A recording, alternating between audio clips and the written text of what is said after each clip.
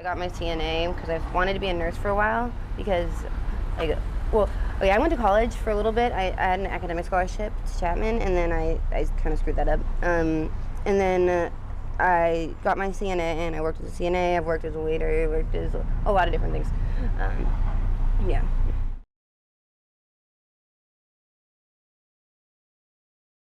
Thank you. I appreciate Absolutely that. beautiful. I look like my mom. Oh, okay. My daughter looks like me.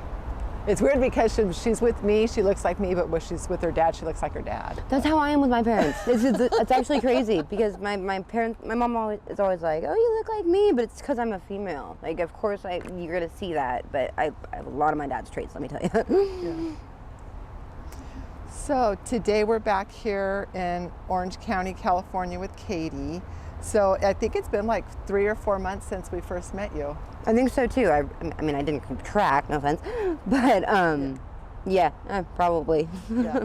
So same old out here. Anything changed? Pretty much. I have a boyfriend, but I mean, other than that, it's going well, but not going well. And really, like, I'm just kind of doing my, like, okay, so I don't boost anymore. So making money is actually really hard because I went to jail and I was like, nope, never again. No, I'm not gonna risk anything now. And so since I had like a panhandling ticket, and then I've only been arrested for panhandling, so it's really hard to make money nowadays. But yeah, so I don't know. That's my only like problem. It's just harder to like eat, harder to do everything, you know, and all the bullshit. So you got arrested boosting? No, I've never been arrested for boosting. Oh, I thought you said you got arrested boosting. Oh, sorry, I thought you said you weren't boosting anymore. So you're just not boosting anymore, and you got arrested for panhandling. Mm-hmm. Got it. Yes. And then, so so did you meet your boyfriend recently? Is that a new relationship? I've known him for a while, but my ex, who like kind of brought me out here, I guess, him and I like haven't been together in like 2 years. We were just kind of staying together because we trusted each other.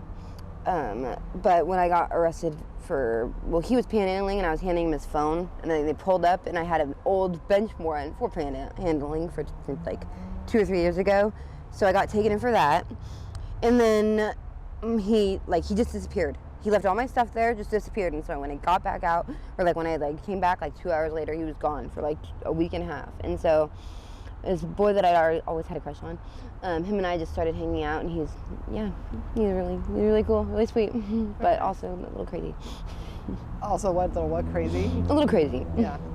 And I'm kind of just stuck on the in-between of like, when am I gonna get sober so I can stay home, go home, or what the hell am I gonna do? Yeah. So where's your mom? You're here locally, family locally? Mm-hmm. I'm close to all my family. My dad just doesn't let me live at his house because, well, the eating disorder stuff, that's when it all started. But because he didn't want my eating disorder to clash with my stepmom's. And so that was a little complicated. But he said, he always calls it love with boundaries. And I have no problems with my dad. I respect him, you know, for like always trying to at least understand what I'm going through. But I can't live there, you know, like obviously that's just his rules, and then like I gotta follow the rules. But my mom and my stepdad and my brothers, we're all close. Like I have no problems with them other than my problems out here. So then how do you make money if it's really hard to, if you're like just... Honestly, I just kind of, thank God for my boyfriend. He's okay with panhandling. He's okay with like boosting still, and I want to go back to boosting, but I also am just like, I'm not gonna risk that, like, because then I know for a fact I'm gonna get caught because I'm gonna jinx it, and so like he does take care of me in that sense. And my mom does help me out, you know, because she for 3 years pretty much she had to watch me just like suffer, and she finally like, you know what, I can buy you something to eat, I can help you. Like she comes and sees me all the time. She's friends with people out here now because they help take care of me, you know, like, yeah. And how long have you been out here? Almost over 3 years, I think, which is, that time goes by so fast. Like I never thought I'd be out here for more than 6 months, you know? Yeah. And I forget, how old are you again, Katie? 24. 24. And what was the situation that got you out here? Basically, I met a dude because I was put in a 12-step program, because I just had a drinking problem, I guess. But I'm mainly on an eating disorder, so that I was battling for like almost 12 years. And so those two got me sent to an eating disorder rehab, which I AMA'd from, and then I just started going to AA meetings, and so I met him there, and then just kind of said, screw it, and I went straight to heroin. I don't know if I should have said that, but yeah, I'd never done anything really else in my life. So yeah. And what drug are you using today? Very little meth compared to what I used to, and fentanyl, which terrible, and I hate even saying that because there's such a bad stigma with it, and people just look down on you. But I mean, hey, I'm a decent person for being on fentanyl, I promise. For sure. And how long have you been doing the fentanyl? About a year and no, 2 years almost. I was on heroin for like a year and a half. But I moved to that because I wouldn't have to shoot up anymore, which is, God, I should not be saying this, but yeah. And how does the fentanyl make you feel? Drowsy. It really, people say it's like euphoric. I honestly don't see that as much.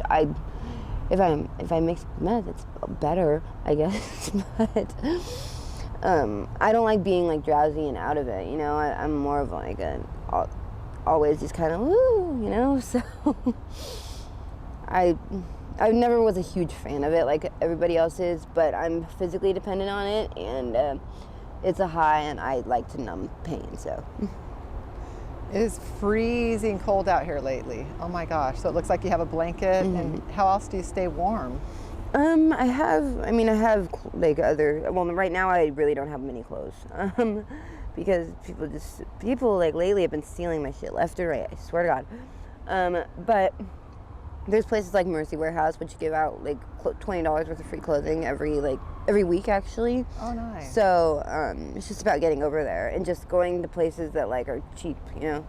Like I don't care if it's been used, Goodwill has, you know, cute clothes still. Like so, and then many sleeping bags, blankets, and just waterproof material. We have a super warm blanket in the car. We'll give it to you before we go. Really? Thank you. Yeah, super warm. And have you by chance been hooked up, or have you seen CityNet or Bridges out here trying to give resources to people, housing and? I have actually, and I've asked to be put on the list for I think Yale. However, I mean actually when the time that I was taken to jail, and then they transferred to county, so I was just there until from 9 a.m. to almost 11 p.m. at night, and so. I got back, and in the morning they cops rolled up again, and I was just not expecting it. Just sat down, and thank God one of them was nice enough to see that I still had my bracelets on from county for my one night there, and he started talking to me about just he knows how it is to be feel like you're in last place, and so he brought those people out, and I talked to them, and I just need to get my ID actually so that I can get housing and stuff, but. Yeah. Good. I'm sure your mom would help you with that. Oh yeah. Oh yeah. Sure. And then after being homeless for the last 3 years, what's the most important lesson that you've learned? Honesty. Honesty will get because the truth always comes out. So you're not gonna get your ass kicked if you're always honest, and people you don't mislead people, and your word is all you have, really, at the end of the day. So.